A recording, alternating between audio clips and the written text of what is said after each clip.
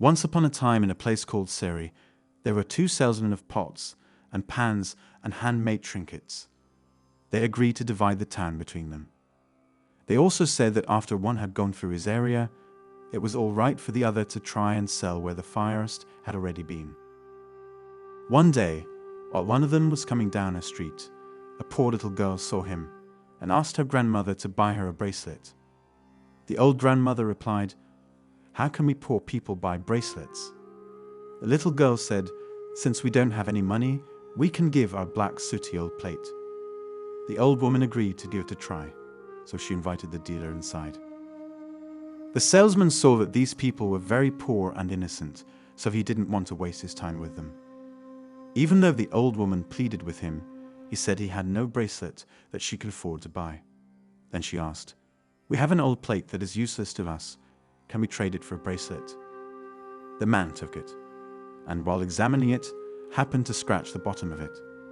To his surprise, he saw that underneath the black soot, it was a golden plate, but he didn't let on that he had noticed it. Instead, he decided to deceive these poor people, so he could get the plate for next to nothing.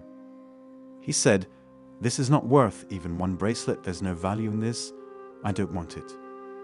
He left, thinking he would return later when they would accept even less for the plate. Meanwhile, the other salesman, after finishing in his part of town, followed after the first as they had agreed. He ended up at the same house. Again, the poor little girl begged her grandmother to trade the old plate for a bracelet. The woman saw that this was a nice, tender-looking merchant and thought, "He's a good man, not like the rough-talking fire salesman." So she invited him in and offered to trade the same black, sooty old plate for one bracelet. When he examined it, he too saw that it was pure gold under the grime. He said to the old woman, "All my goods and all my money together are not worth as much as this rich golden plate." Of course, the woman was shocked at this discovery, but now she knew that he was indeed a good and honest fellow. So she said she would be glad to accept whatever he could trade for it. The salesman said, "I'll give you all my pots and pans and trinkets, plus all my money if you will let me keep just 8 coins and my balancing scale, with its cover to put the golden plate in." They made the trade. He went down to the river, where he paid the 8 coins to the ferryman to take him across.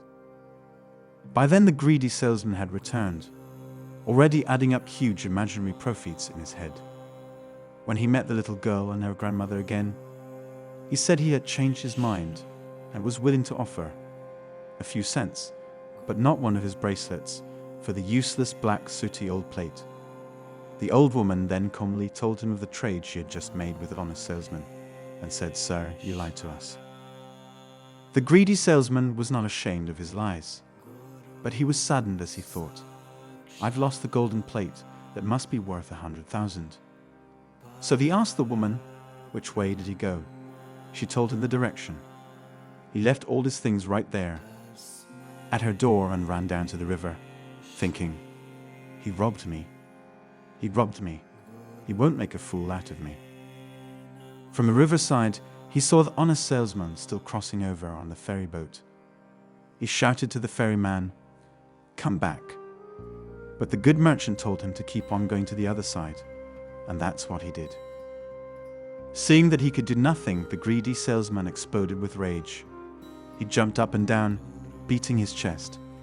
He became so filled with hatred towards the honest man, who had won the golden plate, that he made himself cough up blood.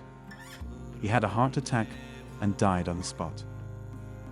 The moral is, honesty is the best policy.